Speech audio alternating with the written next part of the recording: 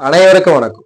சுய ஜாதகங்களின் அடிப்படையில செவ்வாய் யோகம் செய்யும் விதியை பற்றி தான் பார்க்க போறோம். உங்க ஜாதகத்தில் இருக்கக்கூடிய செவ்வாய் பகவான் தசையோ புத்தியோ நடத்தும் பொழுது யோக பலன் உங்களுக்கு கிடைக்கணும். அந்த யோக பலன் செவ்வாயினுடைய இயல்பு காரகங்களான பூமியினால் ஆதாயம், சகோதரர்களால் ஆதாயம், அல்லது ஜாதகர் தீரியத்தின் மூலியமாக ஆதாயம் பெறுவது, இதெல்லாம் செவ்வாய் கொடுக்கிறார். ஒரு மனிதன் ஒரு சர்வீஸ் ஓரியன்டான வேலை செய்யணும், சர்வீஸ் ஓரியன்டான தொழில் செய்யணும் மக்களுக்குன்னா அதுக்கு செவ்வாய் நல்லா இருக்கணும். அதுபோல் விடாமுயற்சி, தொடர்ந்து போராடக்கூடிய குணத்தை கொடுப்பது செவ்வாய் தான். ஒரு ஒரு முயற்சியை எடுத்து அந்த முயற்சியில ஃபெயிலியர் ஆயிட்டா திரும்ப அதோட டிராப் பண்ணிட்டு வெளியே வந்துருவார். ஏன்னா இந்த செவ்வாய் நல்லா இருக்கிறவர் பல முறை முயற்சி செய்தாலும் வெற்றியை பெரும் வரைக்கும் போராட்ட குணம் இருக்கும். இப்படிப்பட்ட வெற்றியை பெரும் வரைக்கும் போராட செய்கிற ஒரு கிரகமே செவ்வாய் தான். இப்படிப்பட்ட இந்த செவ்வாய் 12 லக்னத்திற்கும் எப்படி இருந்தா அந்த போராட்ட குணத்தை கொடுக்குது, பூமியினால் ஆதாயத்தை கொடுக்குது, ஜாதகருடைய சேவையினால் மக்களின் மூலியமாக பாராட்டப்படுகிறார்ன்றதை பார்க்கலாம். அது போல செவ்வாய் தான் நிறைய யூனிஃபார்ம் சர்வீசஸ் வேலை, ஷிப்ட் ஓரியன்டான வேலை, மக்களுக்கு பாதுகாப்பு அரண். பாதுகாப்பு அரண்ன்றது பாதுகாப்புல இருந்தாலும் சரி, மருத்துவத்துறைகள் இருந்தாலும் சரி, மக்களை பாதுகாக்கக்கூடியது செவ்வாய். அப்படிப்பட்ட செவ்வாய் தசை நடக்குது, புத்தி நடக்குது, அல்லது செவ்வாயோட தொடர்பு கொண்ட கிரகத்தினுடைய தசை நடக்கும் பொழுது அவருடைய காரகங்களான பூமி, நிலவலன்கள், சொத்து சுகங்கள் ஆதாயம், தீரியத்தினால் ஆதாயம், சேவையினால் ஆதாயம் பெறக்கூடிய அமைவை பார்க்கலாம். மேஷ லக்னத்துல பிறந்திருக்கிறீங்க. லக்னாதிபதி மற்றும் லக்னத்திற்கு 8க்கு அதிபதி, அஷ்டமாதிபதி என்றால் லக்னாதிபதியா வந்துடுற இந்த செவ்வாய் யோகம் பண்ணணும். இந்த செவ்வாய் மேஷ லக்னத்தில் யோகம் பண்ணணும். ஒரே அமைவுகள் தான், எப்பொழுதுமே நம்ம மீண்டும் மீண்டும் வலியுறுத்துறது தான். சூரியன், குரு, இந்த 2 கிரகங்களுடைய தொடர்பு செவ்வாயை யோகம் செய்யும். செவ்வாயை யோகம் செய்ய வைக்கக்கூடிய கிரக நிலையா அமைஞ்சிரும். செவ்வாய் எப்படிப்பட்ட யோகங்களை செய்ய முடியும் இந்த தொடர்புல இருந்தா? 5ஆம் இடத்தின் வாயிலாகவும், 8ஆம் இடம், லக்னம் மற்றும் 9, 12ஆம் இடத்தின் வாயிலாக ஜாதகருக்கு யோகம் செய்வார். நம்ம ஒவ்வொரு லக்னமா கூட பார்க்க வேண்டாம், செவ்வாய் எங்க இருந்தா எப்படி இருக்கணும்ன்றத பார்த்துடலாம்.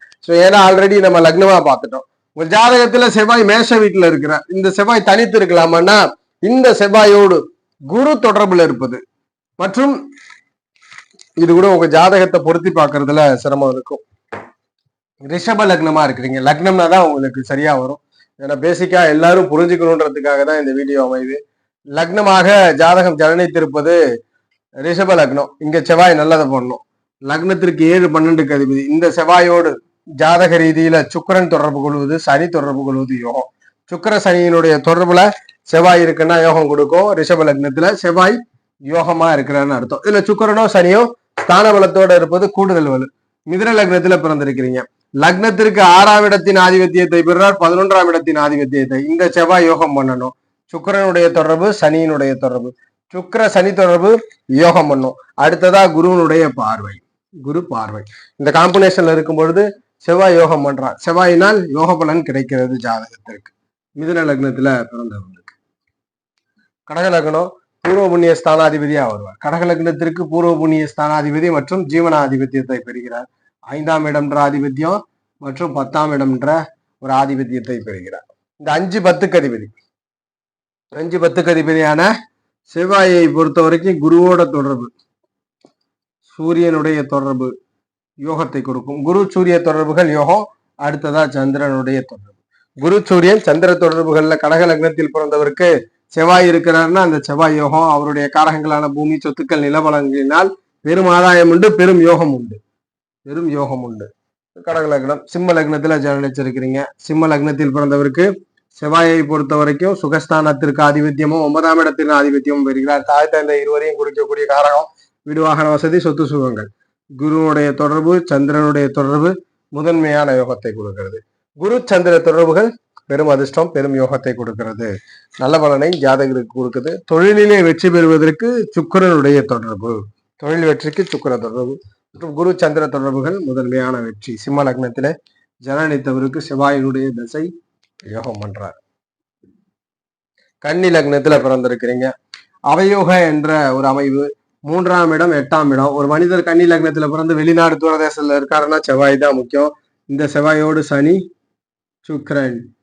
சுக்கிரன், அடுத்ததாக குருவோட பார்வை. சனி சுக்கிர குரு தொடர்பை பெற்றிருந்தால் செவ்வாய் யோகமா இருக்கிறார். இதுல சனி சுக்கிரன் குரு இந்த 3 கிரகங்களுக்கு ஸ்தான பலம் கிடைத்தால் பெரும் அதிர்ஷ்டம், பெரும் யோகம்.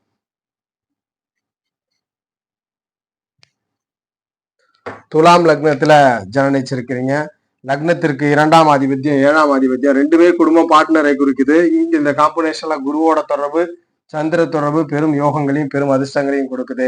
அடுத்ததா சுக்கிர தொடர்பு.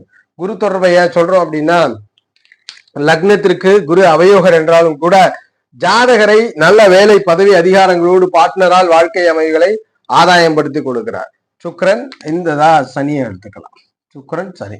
துலா லக்னத்திற்கு மட்டும் 3 6ஆம் ஆதிபத்தியம் என்பதனால் குரு சந்திர தொடர்புகள் நன்மையை கொடுக்கும். தொழில் வேலைக்காக 2ஆம் இடம் பார்ட்னர்ஷிப் குறிக்கிறதுனால் தொழில் வேலைக்கு ஆதிபத்திய ரீதியில நல்ல பலனை கொடுக்கிறது.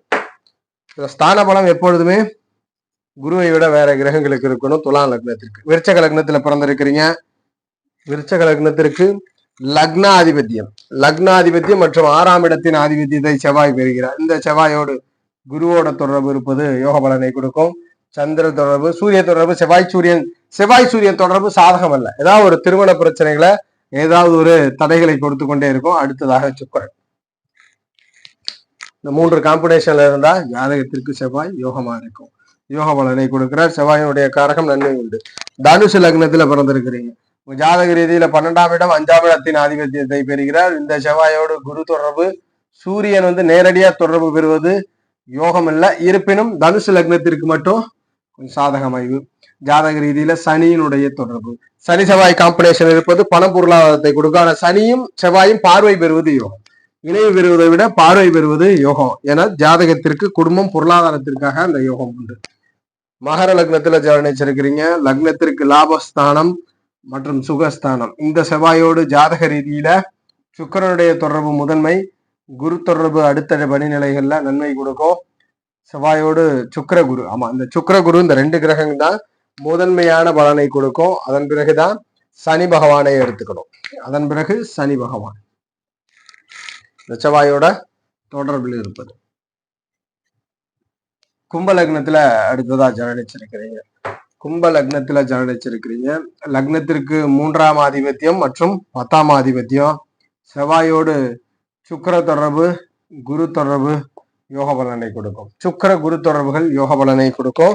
நல்ல பலனை ஏற்படுத்தி கொடுக்கும் கும்ப லக்னத்தில் பிறந்தவருக்கு. இதுல ஸ்தான பலம் சுக்கிரனுக்கோ குருவுக்கோ இருந்தா கூடுதல் யோகத்தை கொடுக்கும் செவ்வாய்க்கு. மீன லக்னத்துல ஜனனிச்சிருக்கிறீங்க. செவ்வாயை பொறுத்தவரைக்கும் 2ஆம் இடத்தின் ஆதிபத்தியத்தை பெறுகிறார். 9ஆம் இடத்தின் ஆதிபத்தியம். சந்திரனுடைய தொடர்பு குருவனுடைய தொடர்பு யோக பலனை கொடுக்கும். சந்திர குரு தொடர்புகள் யோக பலனை கொடுக்கும் மீன லக்னத்தில் பிறந்தவருக்கு. நம்ம சொல்லக்கூடிய இந்த கிரக தொடர்பில் உங்கள் ஜாதகத்தில் செவ்வாய் இருந்தார் என்றால் செவ்வாயினுடைய காரகத்தினால் செவ்வாய் யோகம் செய்யும் விதிக்குள்ள வந்துருவார் என்றதை உறுதிப்படுத்துறோம்.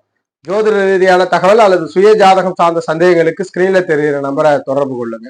வாழ்க வளமுடன். நன்றி.